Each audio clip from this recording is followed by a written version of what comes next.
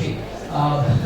I beg your apology. I am not very familiar with the customs here, so we have a very distinguished group of chairpersons here. My name is Daniel, and this is Alda and Sandra. We are going to introduce our next speaker because we are a little behind time. Professor Boris Birmaher, I've heard of his work for many years, and of course now he's based in the University of Pittsburgh, and he's the endowed chair in early onset bipolar disease and the professor of psychiatry at the University of Pittsburgh School of Medicine. He's also the co-director of the Psychiatry Research Pathway Program and the director of the Child Adolescent Bipolar Spectrum Services. Dr. Birmaher is a leader in the study and treatment of pediatric mood and anxiety disorders. In addition, his research is concentrated in describing the predictors, risk factors, cause and treatment of childhood onset bipolar disorder. He has many grants and many research. If I read his entire CV, we would be here all day. As we are behind time, we hope that Boris will be able to share on this topic, which is when and how to treat youth at high risk of developing bipolar disorder. Without further ado, please, Boris. Okay, thank you, Dr. Fang.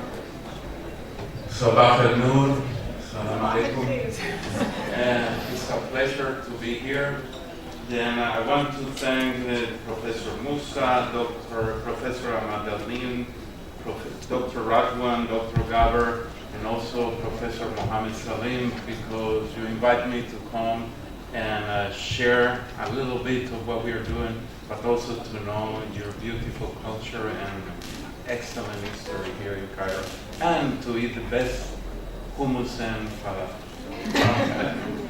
Then I will share with you I was thinking a lot what to present, and then because we are doing a lot of research, and then I decided to present that you're going to see in your clinics more and more children who the parents are bipolar. And we are seeing many kids who come to our clinics that because the parents are bipolar, then you begin to think, are these kids have bipolar disorder or not? Because these kids have behavior problems and mood problems. And it's very difficult to decide, yes, they are bipolar or not. And once you decide, yes, what to do with them, this is what I'm going to summarize here. Then those are my disclosures, not much. And then let me start. Then it is true that pediatric bipolar has been overdiagnosed. Then it began to be like in Time magazine and many places, and people began to talk. Almost every kid was bipolar when they have a lot of behavior and mood problems. But the opposite is also true. There are many kids, and I'm going to show you, who have bipolar disorder, and they are misdiagnosed with other disorders. In several places of the world, this is the pointer here? There's no pointer. Then, in many places of the world, the onset of bipolar disorder is before age 21. It's about 40 to 60%. The one in the middle is the point. This one? No. This is the first one. There is a point. You cannot see it. That's okay, don't worry. Okay. Then the onset of bipolar disorder, when I was a student, many professors told me bipolar disorder is mainly young adults and adults. But in most of the research in many places on the world is saying most of the bipolar disorder onsets before age 21, 60%, 40%. And the current prevalence is about 1 to 2%, which is very similar to the adults. This is only to give you an example of a typical kid who came to our clinic.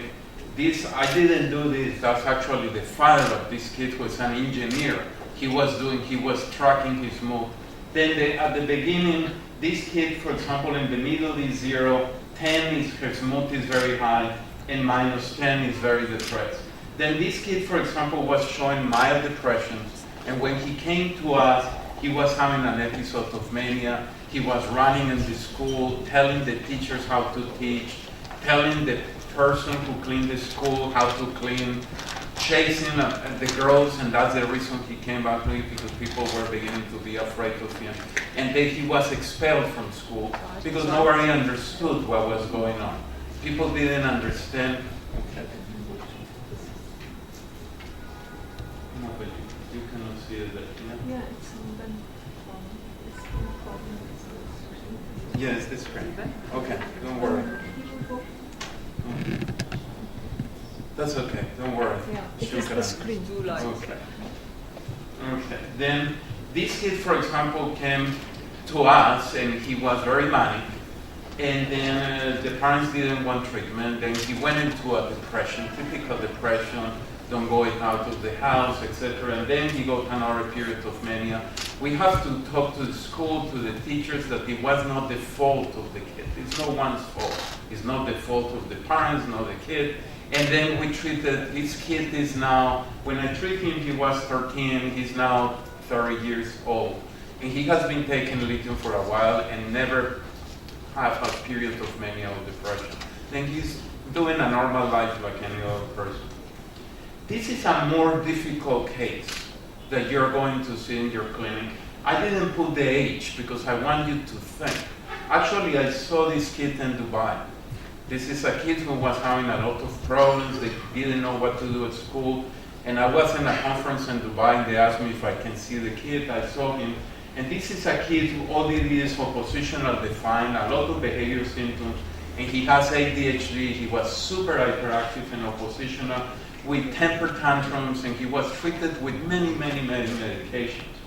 But according to the parents, the teachers, and also the kid, he has periods that last days and sometimes 2 weeks when he's very angry, irritable, aggressive, silly, intrusive, very hypersexual, inappropriate talking, he only slept like 2-3 hours a night, ideas that he's going to save the world, and he was constantly writing notes, as you can see, writing, and pictures and names, lists and lists. The teacher used to put him in the corner of the class because otherwise he would disrupt the class, and he was writing notes.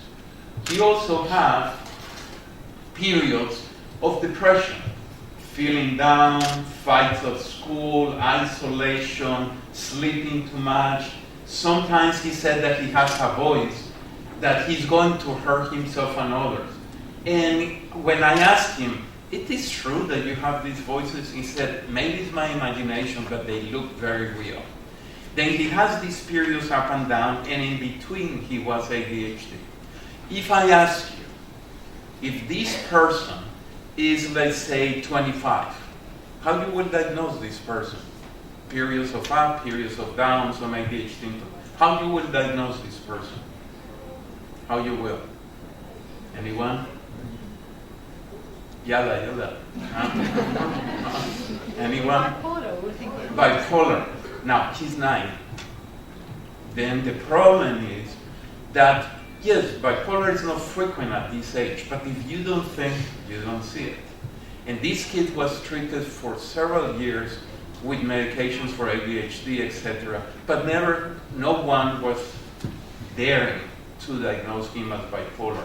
He was diagnosed as bipolar, treated as bipolar, and he did very well until the parents stopped the medications, began to do poorly. Anyway, I only wanted to show you a typical case. Now, why is it difficult to diagnose bipolar in children? One, bipolar by itself can manifest different. You can see people with mixed symptoms, with psychosis, hypomania, mania. But also in children, it's difficult to ascertain the symptoms. For example, what's grandiosity? You understand? What's grandiosity in a 10-year-old? What's elation? What is being super happy and silly? If you see many teenagers in the mall, most of them are having elation, yes? And then you don't call them bipolar. And it's good for them to be like that. But then it's hard to figure out at this age what is grandiosity, what is elation. And also it's hard for the kids to express their feelings. The kids are not going to come and say, wow, I'm so depressed, okay, today. Oh, I'm so elated today. They're not going to tell you, even adults don't know sometimes. Now, it's also the way that we interpret the symptoms, and the other problem, big problem that we have in child psychiatry is that many of these kids have other symptoms. They have ADHD, they have anxiety, they have oppositional behavior. Then it's sometimes, especially the ADHD, and if you have questions, I don't have enough time now to go into all the differential diagnoses, but if you have questions, we can go how to make a differential diagnosis in ADHD and mania. It's difficult, but it's possible to do. Now, why then, if you have these kids, why it's important for us to identify the early signs? Because if you begin to treat them early, the prognosis is better. This is, you know that bipolar disorder increases the risk for suicide, adult. Then you can prevent it. Like the doctor who was talking before, prevention is important. Many people with bipolar disorder begin to use alcohol or other drugs, like you call it hashish, yes? Like they begin to use all these drugs. How we are going to prevent it?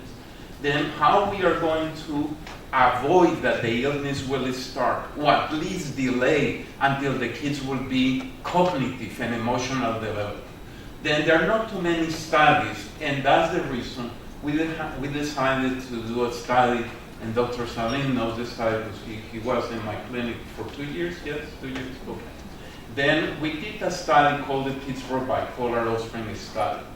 Then we were able in several years to recruit almost 400 parents, 236 with bipolar 1 and 2, and 141 controls. And the controls were from the community. This is parents who were healthy, or they have other disorders but not bipolar. And they were the mean age 40 years, middle class, about 2 children per family. All, as you can see in the bottom, all the parents with bipolar have more psychiatric disorders than the control. They have bipolar disorder and many other things that I'm sure you see in your own clinics. The children were almost 639 kids, almost 400 kids of the bipolar parents, and 250 kids, 51 offspring of the controls. The average age 12 years, 50% female, and then 50%, this is sad, like 50% were living with both biological parents. Then the rate of divorce or separation was very high among this population. Then all these are important things when you do this statistical analysis, because you also have to take into account the stress of living in a house with one parent, and also the parents have other psychiatric disorders. And all these things you have to put together in the analysis, and this is what we did. This is what we found, and this is in general I'm going to present. This is the children of the parents with bipolar. This is the one in blue, and the ones in orange is the children of the controls. Then they have much more axis 1 disorders in general, more psychiatric disorders, more mood disorders, more bipolar. I will concentrate on this in a minute. More unipolar depression, more anxiety, more attention deficit disorder, more behavior problems, and more substance abuse. Now, when you put this in the statistical equation, remember I told you, you have to control for many factors, stress at home, parental non-bipolar disorders, etc. The only things that were significant is the bipolar, the mood disorder, the attention deficit disorder, and the behavior problems. The other disorders were not significant different. Now let's concentrate on bipolar. In the top is the comparison of the children with bipolar disorder 1, 2, and NOS, no otherwise specified. It's the spectrum. In green is the children of the bipolar, in orange is the children of the controls. The children of the control is almost flat, is 1%, which is what you expect in the community. And the children of the bipolar parents is around like 21, 20, in this moment it's like 25%. And most of the illnesses, most of the bipolar started at age 10, 12, 14. Then it begins, the curves begin to separate. And the bottom is only bipolar 1, and it's around 13%.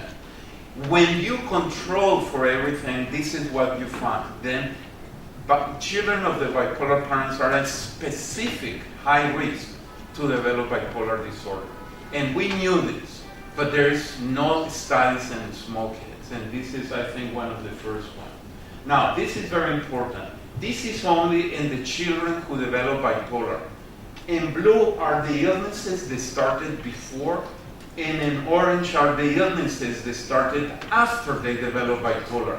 This is important because you see, before they develop bipolar, they have more depression, ADHD, oppositional behaviors, anxiety, and a lot of, is like 70% have disorders before the onset of bipolar. That's the reason it's so difficult to make the diagnosis. But one important thing, look at SUD, substance use disorders, almost at the end. Almost very few kids have substance use disorders before they develop bipolar. It's after they develop bipolar. Then we have a window of opportunity for prevention. Then once you diagnose the kid with bipolar, do prevention. Because as you know, all of you practice, once you have bipolar plus substance abuse, the treatment is much more difficult. This is, you have to, I don't think that you in the back will see this well. Then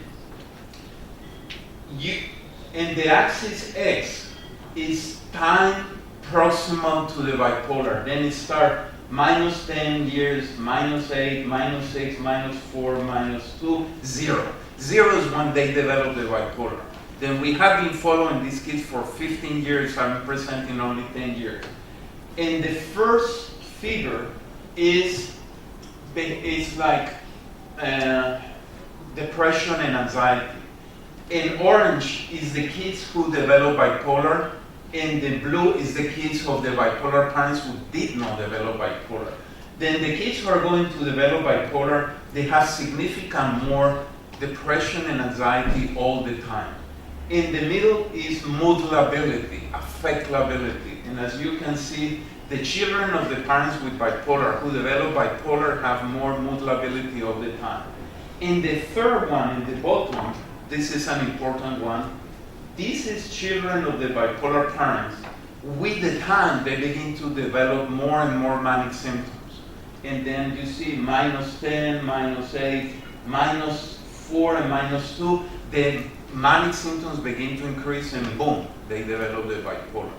Now, when you try to put all this together, you try to see which symptoms are going to predict, but for the group in general. And this is something important for our practices, all of our practices. I divided the group in two groups of kids because this is an important factor. In blue, parents who develop bipolar disorder late in life, let's say above 25 years old. And in orange are parents who develop bipolar disorder early in life. They by themselves develop bipolar early in life. Here is, for example, if the children don't have any symptoms, this is the risk. If the parents develop bipolar early in life, increase the risk. And then if the parents didn't develop bipolar early in life, it's around 1 or 2% like the community. If the children have anxiety and depression only, if the kids have anxiety, depression, and affective lability, and the last one, if the children have anxiety, depression, affective lability, and manic symptoms. This is. Then, this is the message. If you have a child whose parent developed bipolar disorder very early in life, and the child has mood lability, some manic symptoms, anxiety, depression, the risk increase up to 50%. It's like flipping the coin. Then this is the children you have to be careful. How you're going to treat them, how you're going to manage them. Now, and you come back. Oh, sorry.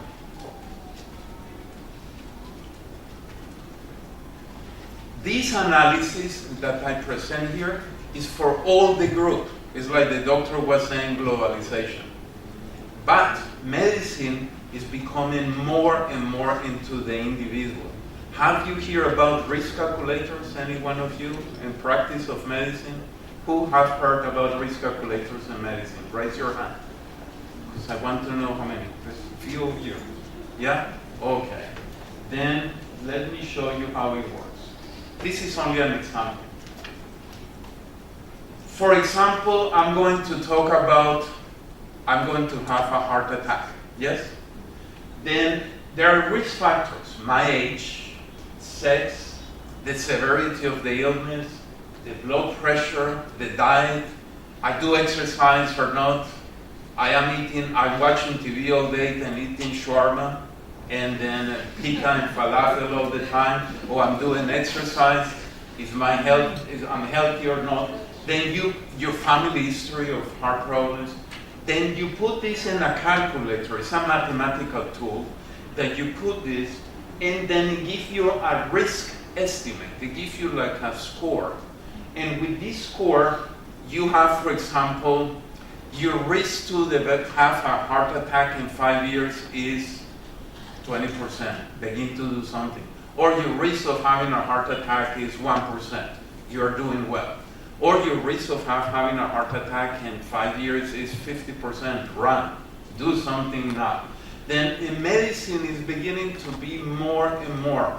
The good thing about this is it's individualized. We take all these factors that we have in the literature and we have to put them together. Like the doctor was saying, there are so many papers and there are so many studies that sometimes it's hard for us to keep this in our mind.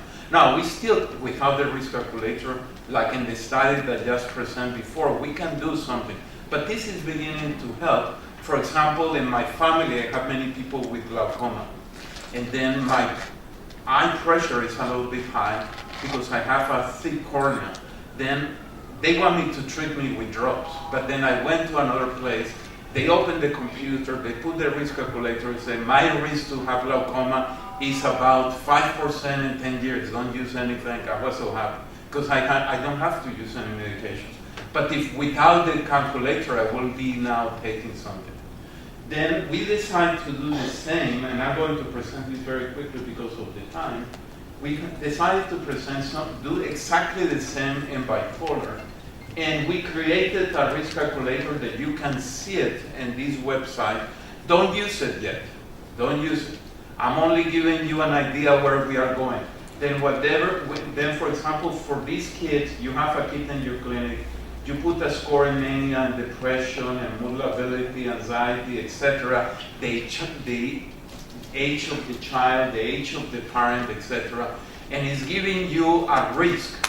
Like it's 70 now, we recalculate, it's around 80% chance that the kid will have bipolar.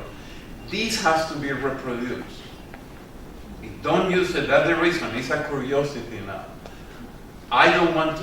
For curiosity you can use it, but until somebody will reproduce it, we have to be careful with this.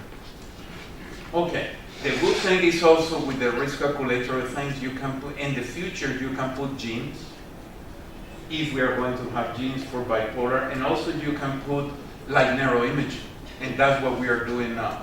Studies that we're doing with neuroimaging is giving some circuits, which maybe can help to improve the accuracy of the risk calculation. In a different study that we did, I don't have time to go, it's a completely different study. We have that 35% of the children have something called bipolar, non otherwise specified. Basically subsyndroma, symptoms of bipolar. What we did with these kids is we compare what's going on with them over time, and we find out the kids who already have BPNOS, subsyndroma, they also convert into bipolar disorder, like 50% if they have family history of bipolar. Then all these subsyndromal symptoms that I am presenting, 2 different studies are showing that these kids are high risk. Why we need to treat them? One, because they convert into bipolar 1. They also develop a lot of substance abuse. They are high risk for suicide. They don't do well at school. They have family problems, etc. Then we need to treat them. The question is what we do with them, how we treat them. Then before I tell you quickly what we can do, let's review the current treatments for bipolar disorder in kids. This is for kids who already have bipolar. We do education, super important. Many people do well mainly with education. Psychotherapy and pharmacotherapy. These are the approaches that we have now that help kids with bipolar disorder. We have cognitive behavior, family-focused therapy, group approaches with the psychoeducation group, and we are studying now dialectic behavior therapy.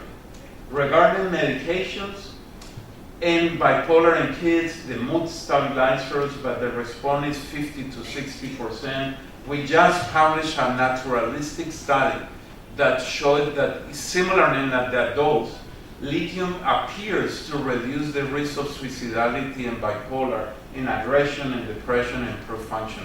This is the first study that is published in children, but is very similar to the adult literature.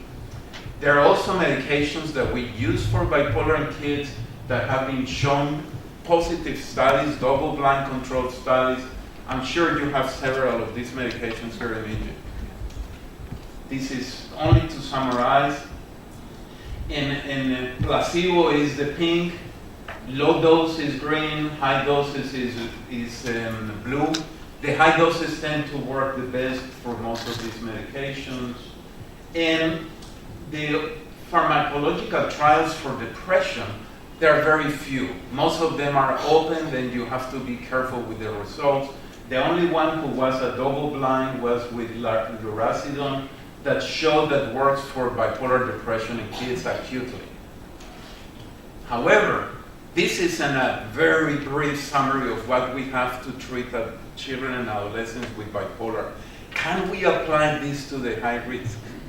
That's a question. Any one of you wants to do research is completely open. Because if you see a child who comes to you and they don't have bipolar yet, but they're at risk, are you going to offer them medications? Are you going to treat them with the atypicals, with all the side effects? Are you going to offer lithium? If he's my child or my grandchild, and they're a high risk for bipolar, and they don't have so many problems, I don't know if I'm going to give medications, even if I'm a child psychiatrist. Then I don't do for our kids. Can give them psychotherapy? Yes, this I don't. Now, if the child already have BPNOS, bipolar non-specified, they are beginning to have too many problems. Then you can consider, even if there is no research now, you can consider the treatment of these kids because they are suffering and the family is suffering. Now, which candidates we have now to treat these kids? Then we have complementary medicine, omega-3. Some people think it works. I don't know if it's true. There is something called transcranial direct current stimulation that people are doing more and more research. This is only research, but I hope it will work. I hope. Because you can directly stimulate certain centers of the brain. But so far, it's only research. It's not ready to go to the market yet. Then these are the few studies that exist for high-risk children. There are studies, but only be careful. Look at the sample sizes are small. Then when you have studies with small sample sizes, you have to be very careful with the results. But this is important to know. Then, for example, there is a study with aripiprazole versus placebo in children with bipolar NOS or cyclothymia, and actually it worked better, the aripiprazole than placebo, but there was a lot of increased weight in the kids, and a lot of metabolic syndrome that we also have to be careful with these kids. There is another study that 20 adolescents with mood disorders with many and family history of bipolar, they were treated with quetiapine and also responders, but this is an open study, be careful. There is another study that lithium versus placebo, small sample, it didn't work, 8 weeks. There is another study, this is children of parents with bipolar 1, and they were followed naturalistic for 26 months, mainly pure observation, it was not randomized. And the kids who got antidepressants because they were depressed, actually they got worse. Then another thing to take into account, and actually this is a good study, I hope somebody will do.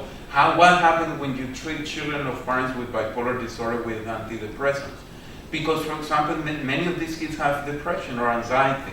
And which is the best treatment for anxiety in this moment? The SSRIs, yes?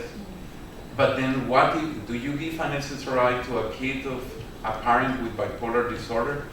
I do it sometimes. I don't have any other thing. I do cognitive behavior therapy, but they don't respond and they're doing poorly. I treat them with an SSRI. Now, if there are 50-60% chance of develop bipolar, I have to be more careful.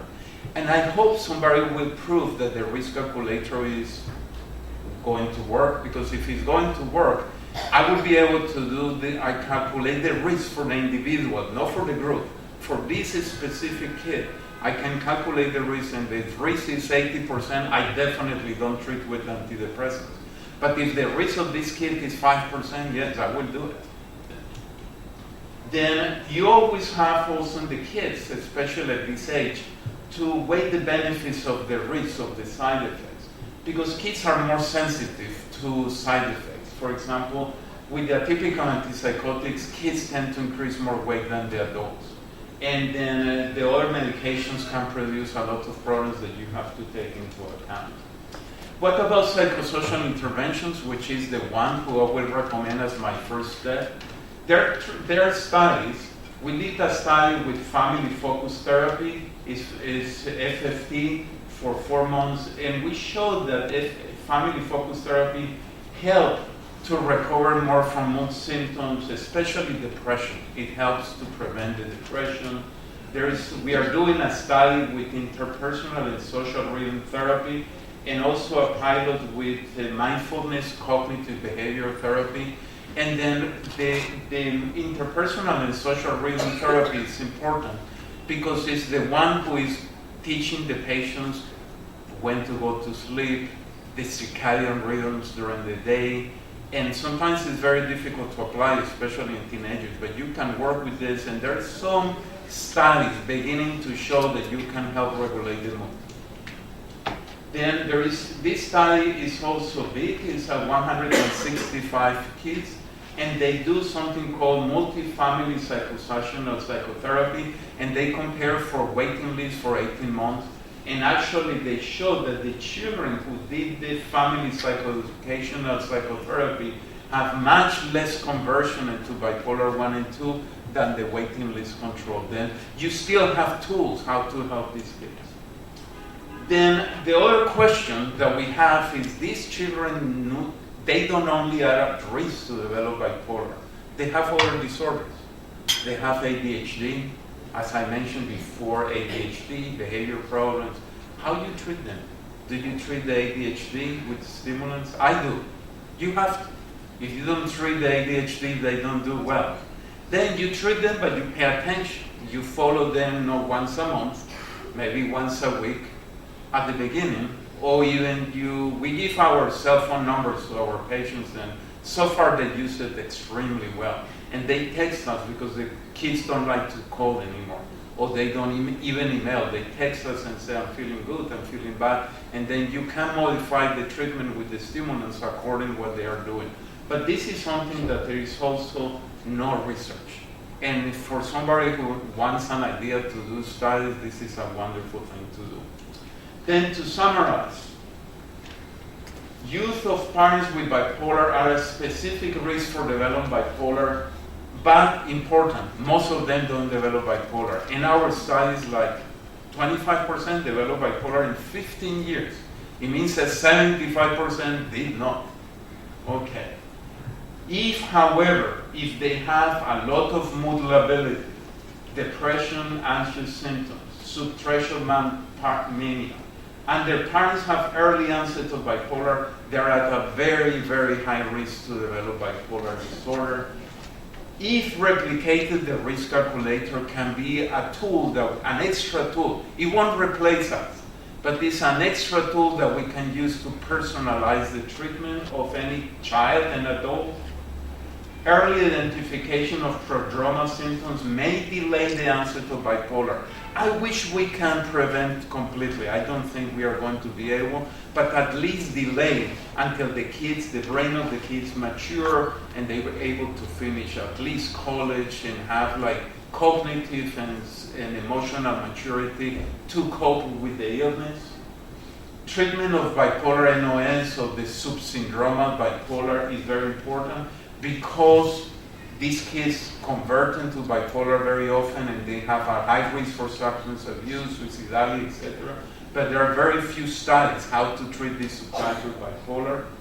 And to finalize, in the meantime, what we are going to do as clinicians, there are some evidence treatments to treat bipolar, both pharmacologically and also psychosocial, that we can begin to use to help to prevent or help the illness of these kids and help all the families. And I think with this I will begin. I stop. I only want to say I'm here presenting, but all the studies that I present is a huge, large group of people working together, and this is my team in Pittsburgh. Okay, thank you for your time. I don't know if we have time for questions. Yeah, I think we do have time for some questions. Okay. We can have shorten our tea break. Okay. Does anyone have any questions? Go ahead.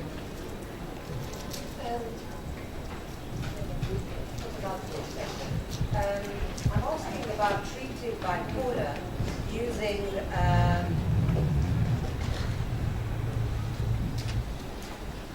I'm asking about treating bipolar in children using lithium. From which age can you start, and what sort of dose can you give, and for how long? Yeah, this is an important question, will require many, many minutes, but summarizing.